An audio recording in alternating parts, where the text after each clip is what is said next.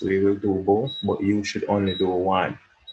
In my estimation, do statistics, but also I would say kinematics is easier. Now they're talking about the best sport ever.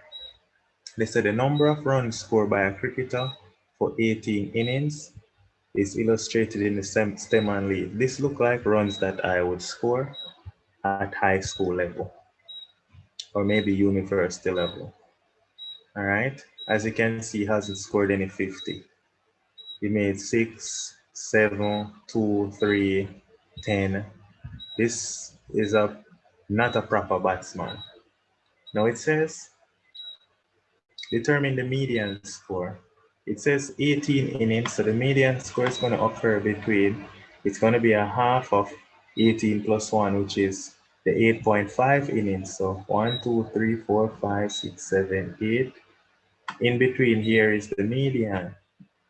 So the median score is going to be 18 plus 19 over 2, which is 18.5. All right, that's the median score. I like to call the median Q2. All right, that's the median.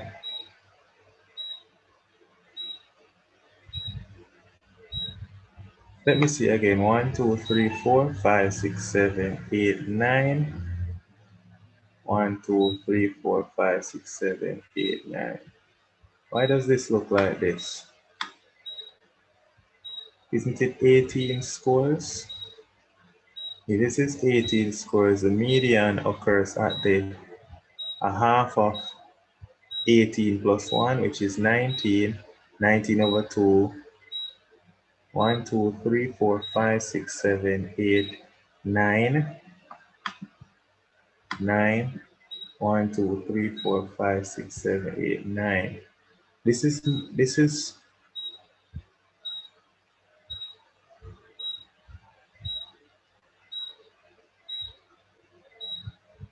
yeah, that's right. Yeah, in between here. Just making sure. Because for some reason I was getting 19. So just had to recheck to make sure it was 18 innings. Now it says calculate the interquartile range. To calculate the interquartile range, we need to find Q1 and we need to find Q3.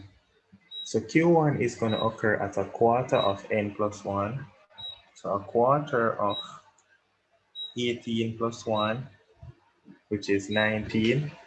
So Q1 occurs, so 1, 2, 3, 4, 5, 6, 7. So Q1 occurs midway. So this is Q1, 7. All right, and then Q3, this is Q1, and Q3 gonna occur midway between the rest of these.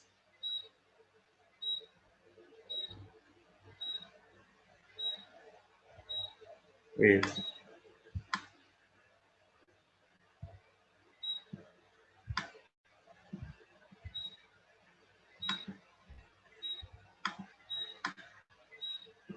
All right, so to find Q1, this is generally how you find Q1.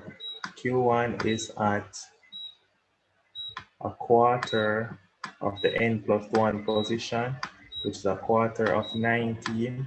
A quarter of 19 is 19 over 4 is 19 over 4, 4.75. 1, 2, 3, 4. So it's in between these two scores. So what that means is Q1 is equal to 7 plus 10 divided by 2. 7 plus 10 divided by 2, which is 8.5. That's Q1. Q1 is 8.5. Now next we can find Q3. Q3 is going to occur at 3/4 of 19. So what will be 3/4 of 19? You check that out in your calculator. 3/4 of 19. I don't know why I write 3 over 19. That should be 3/4 of 19.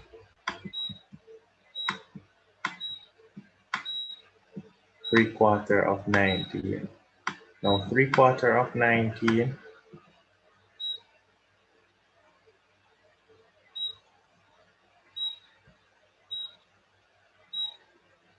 3/4 of 19 is 14.25.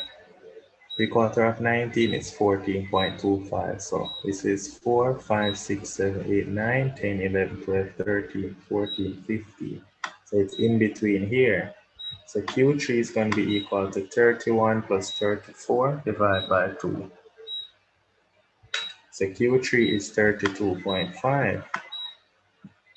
Now that we get Q3, we know the interquartile range.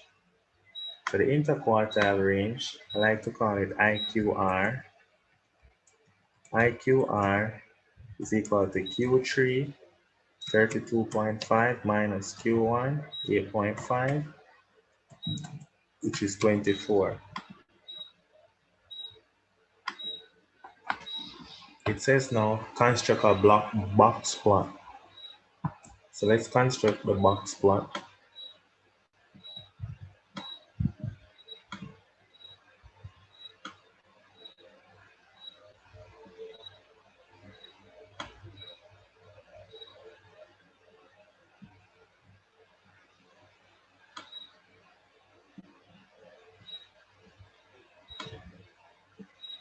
All right.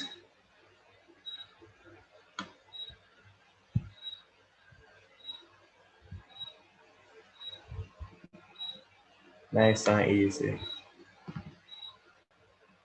Now we have Q2 is 18.5.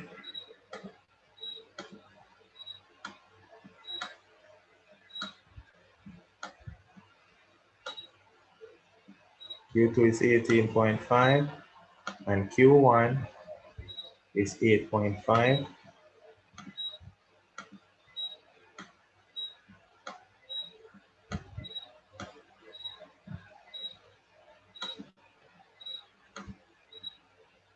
Q3 is 32.5.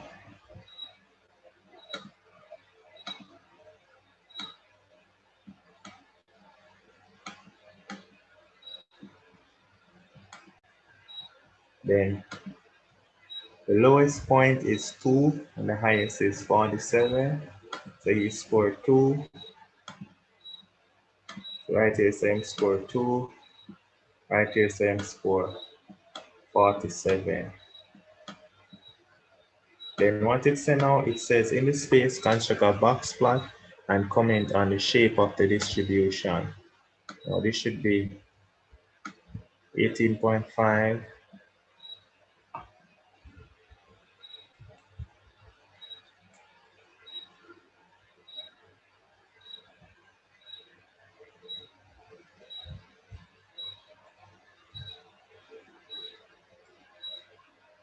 Let me see. This should be somewhere. Just trying to make this a little straighter. This is where the median should actually be. All right.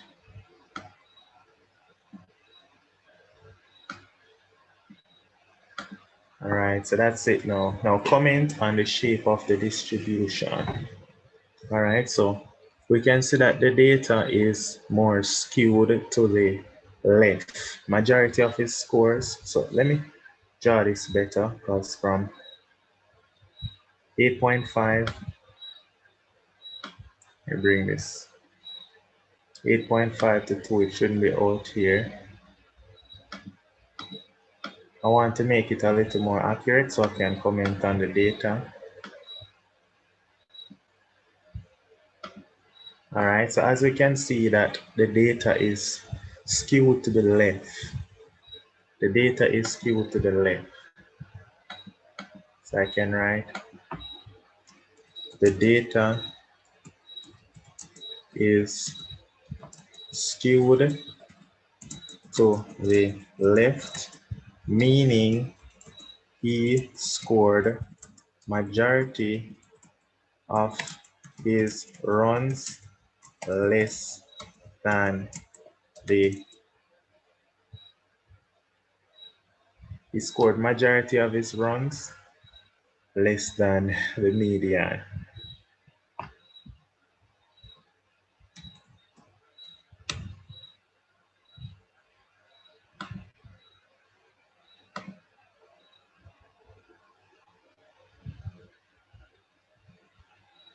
All right, so the median of 8.5, most of his scores, all right.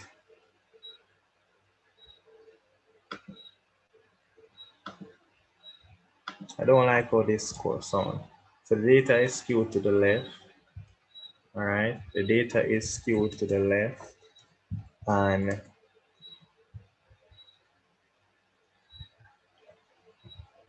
the data is skewed to the left, meaning, let me put it a better way, meaning the distribution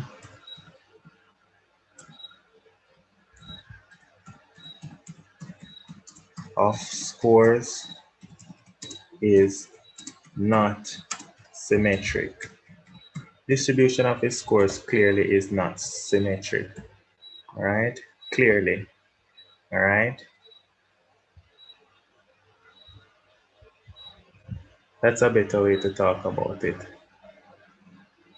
Since I say talking about distribution, general distribution, you want to talk about if it's symmetric or is it asymmetric? Is it skewed to the right? Is it skewed to the left?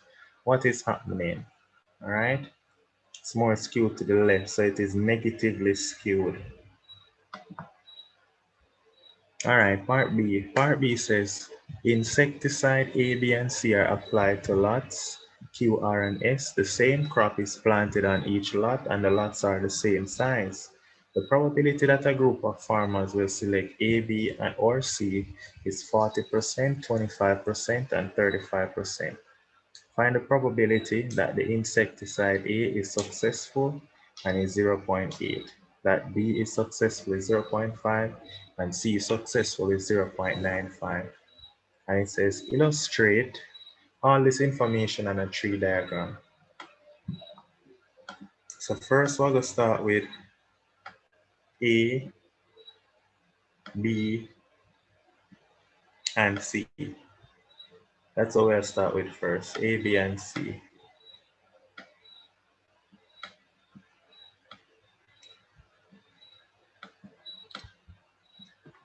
To choose A is 0.4. To choose B is 0.25. To choose C is 0.6, 0.35. Then the chance of A being successful is 0.8. Then the chance of, so this is A being successful and this is not successful. S prime is not successful, 0.2. Then choosing B now, the chance of B being successful is 0.65. This is successful and this is not successful, which is 0.35. Then the chance of C now being successful is 0.95. And then right here is 0.05. This is not successful. Now it says an insecticide is selected at random. Determine the probability that it is unsuccessful. So the probability that it's unsuccessful, let's work that out. So the probability that it is not successful, that's the probability of S prime. The probability of S prime is equal to the probability of A not being successful. So the probability of A choosing A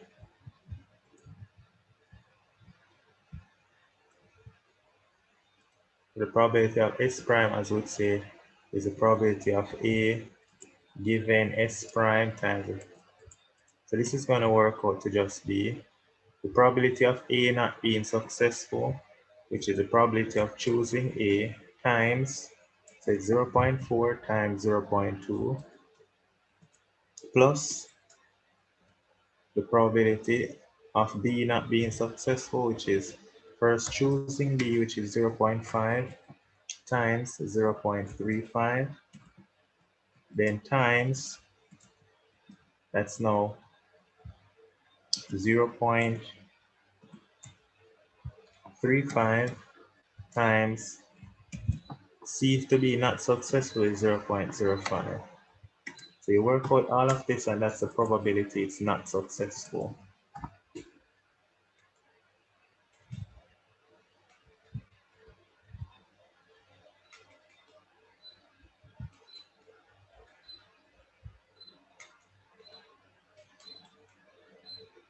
So work this out and we'll get 0.185. There's a probability it's not successful. Nice and easy. Now the next part of the question, part C, it says, a regular six-sided die is tossed 2 times. So a regular six-sided die is tossed 2 times. And it says, calculate the probability of obtaining a 5 on the second toss, given that a 5 was obtained on the first toss. So calculate the probability of obtaining a 5 on the second toss, given that 5 was obtained on the first toss. So you definitely get 5 on the first toss.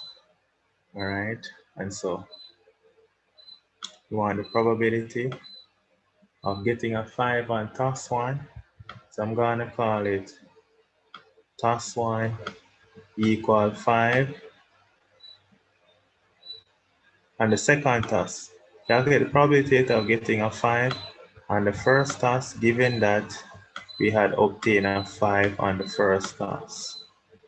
All right, so that's going to be equal to, the probability of getting a 5 on toss 1 and toss 2. That's equal to the probability of toss 1 intersect toss 2, meaning getting 5s on both of them, divided by the probability of getting a 5 on toss 1. Now, the probability of getting a 5 on both of them is 1 upon 36, because it's 1 over 36 times 1 over 36, because it's independent events, divided by 1 over, probability of getting it on this is 1 over 6. So 1 over 36 divided by 1 over 6, that's 1 over 6. That's 1 over 6. That's the probability of getting, that's 1 over 6. Now the probability of getting,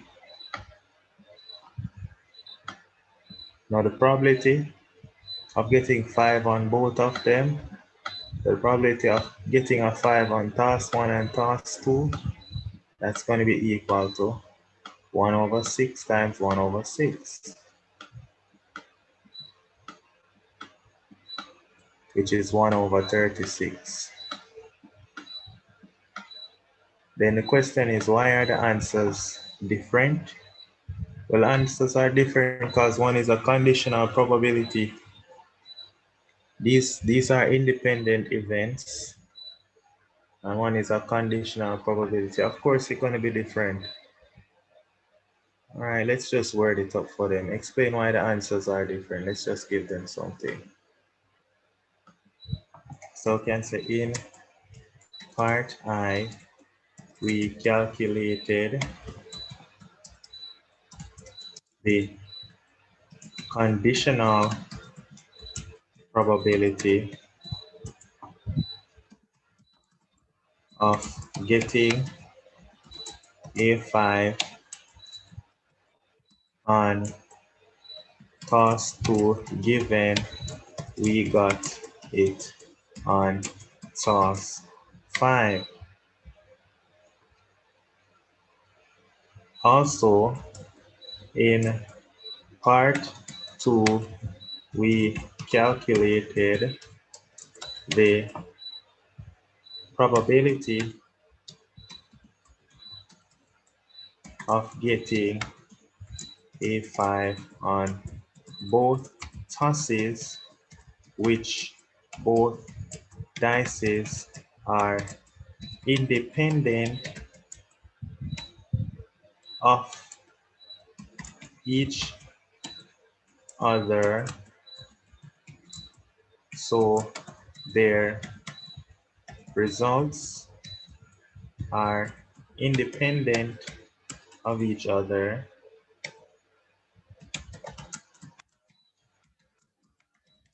Hence, the results for 1 and 2 are different. That's the best way to put it in my estimation.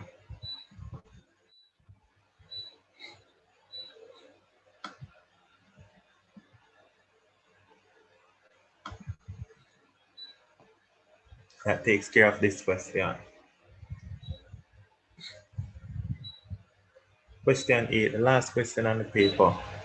It says a particle moves in a straight line so that its distance s meters after t seconds measured from a fixed point O is given by s is equal to t cubed minus 2t squared plus t minus 1.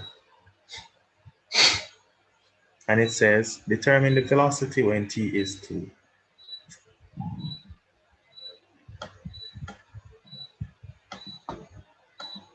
So first thing it tells us that s is t cubed minus 2t squared plus t minus 1. All right. Now, since this is s is t cubed minus 2t squared plus t minus 1, to find velocity, velocity is ds by dt. All right. So the velocity when t is equal to 2, velocity is going to be equal to, differentiate it to get 3t squared minus 4t plus 1. That's velocity. 3t squared minus 4t plus 1. And so when t is equal to 2, the velocity is 3 times 2 squared minus 4 times 2 plus 1.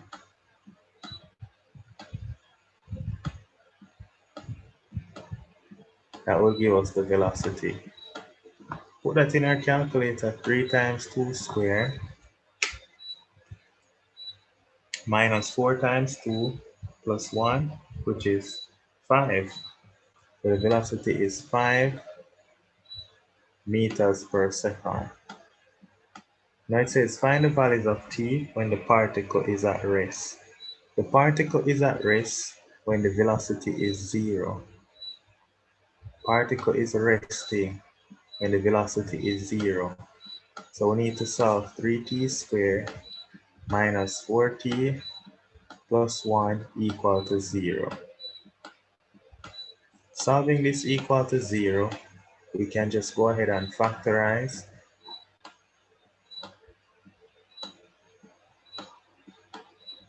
And I wouldn't even really say rest, I would say instantaneously resting. 3t squared is 3t, t. Signs are the same, both of them negative, so it's minus, minus, 1 and 1. So what we're getting is t is equal to 1 over 3, or t equal 1. That's the time when they're resting. It says calculate the distance between the rest points. Now the distance between the rest points is going to be equal to s1, s of 1 minus s of 1 over 3. That will give us the distance between them. S of 1 is equal to, based on the distance formula up here, we can just put in s as 1. So 1 cube, s of 1 is 1 cube, which is 1, minus 2 times 1, which is 2, plus 1, minus 1, minus s of 1/3. We put in 1 over 3 cube, which is 1 over 27, minus 2 times 1 over 3 square. 1 over 3 square is 1 over 9. 1 over 9 times 2 is 2 over 9, plus 1 over 3 minus 1.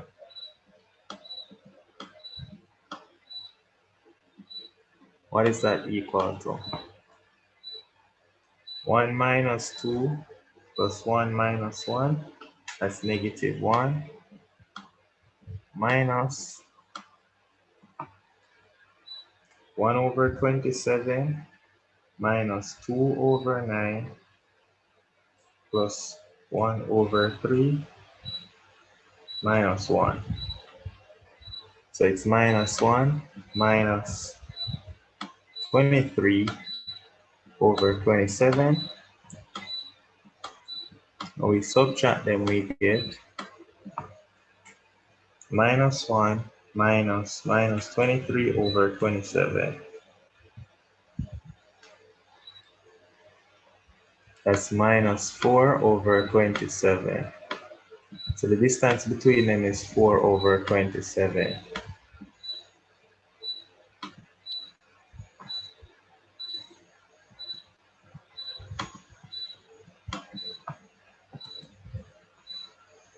So the distance between them is 4 over 27 meters in the opposite direction. Nice and easy. It says the time at which the maximum velocity occurs. The velocity is maximum when dv by dt equals 0. That's when the velocity is maximum. Velocity is maximum when dv by dt equals 0. So dv by dt is what? 3t squared minus 4t. We'll differentiate this with 6t minus 4. So we're going to get 6t minus 4 is equal to 0. Solving 6t minus 4 equals 0. We're going to get 6t is equal to 4. And so we'll get t is 4 over 6. 4 over 6 or 2 over 3. Nice and easy. T is 2 over 3. Nice and easy. Part B. Part B says a bus starts from rest at station A. A bus starts from rest at station A and travels a distance of 80 kilometers in 60 minutes to station B. Since the bus arrived at station B early, it remained there for 20 minutes, then started the journey to station C. The time taken to travel from station B to station C was 90 minutes at an average of 80 kilometers per hour. It says on the grid provided on page 27, draw a distance time graph. So let's of course do this. All right, so they give us the graph and it says a bus starts from rest and travels 80 kilometers in 60 minutes. So it travels 80 kilometers in 60 minutes. This is in minutes, 80 kilometers in 60 minutes.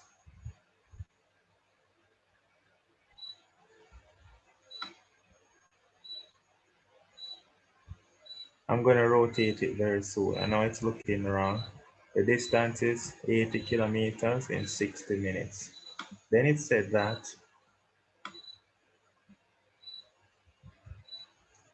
Since the bus arrived at B early, it remained there for 20 minutes and then started the journey at C. So it stays stationary for 20 minutes. So it stays stationary for 20 minutes, right? And then it says that the time taken to travel from station B to station C was 90 minutes at an average speed 80 kilometers per hour. So going from station B to station C was 90 kilometers per hour.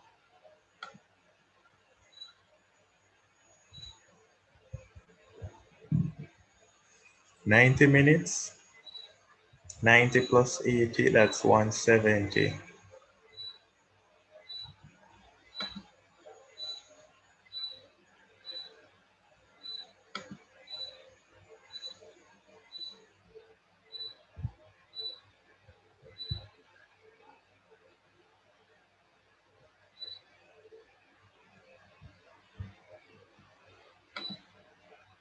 He said that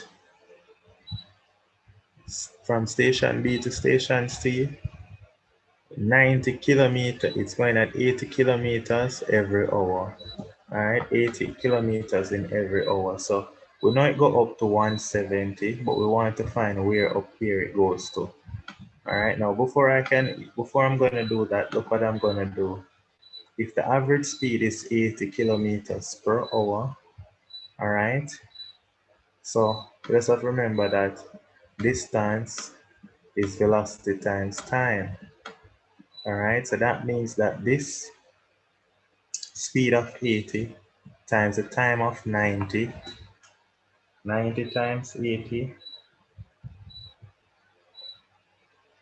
Well, put the time in hours. This 90 is 1.5, so 1.5 times 80 is 120, so it covers a distance of 120. So this is going to go 120. Add 120 to 80, that's 200. So it's going to go up to 200. And it's 170 is here. 170 up to 200, which is just 200.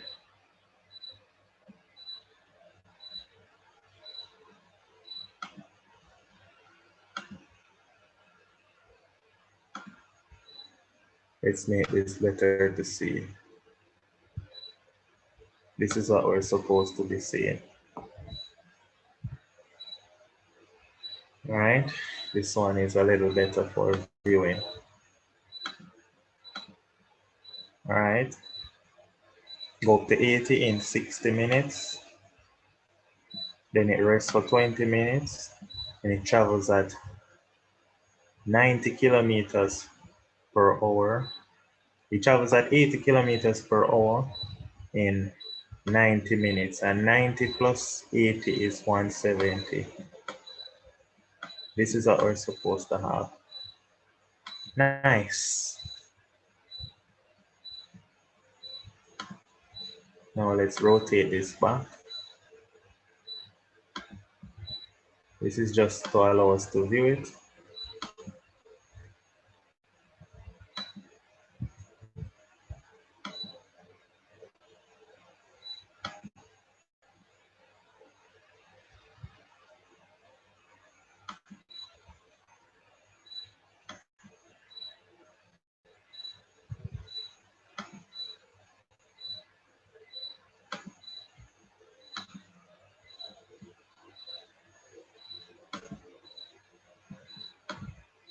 Now we can go ahead now, and it says, determine the distance from station B to station C.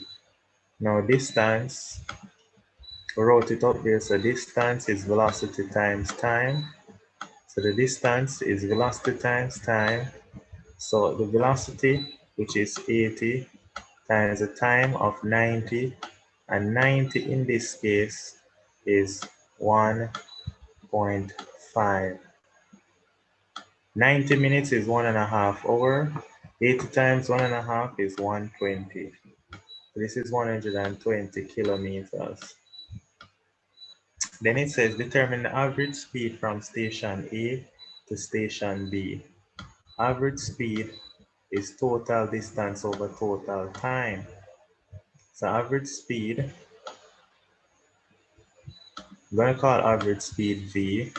Average speed V is equal to the total distance from A to B over the total time.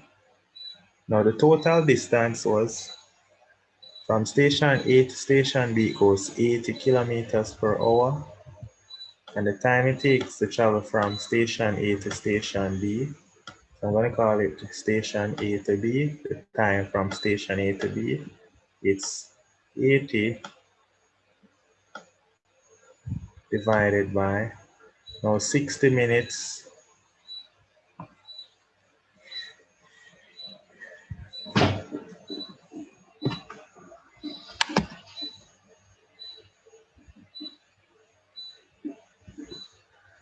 so it's 80 kilometers divided by, well, we shouldn't say 60 minutes, it's 80 kilometers divided by 1 hour. 60 minutes is 1 hour. So it's 80 divided by 1 hour. Now 80 over 1 is just 80.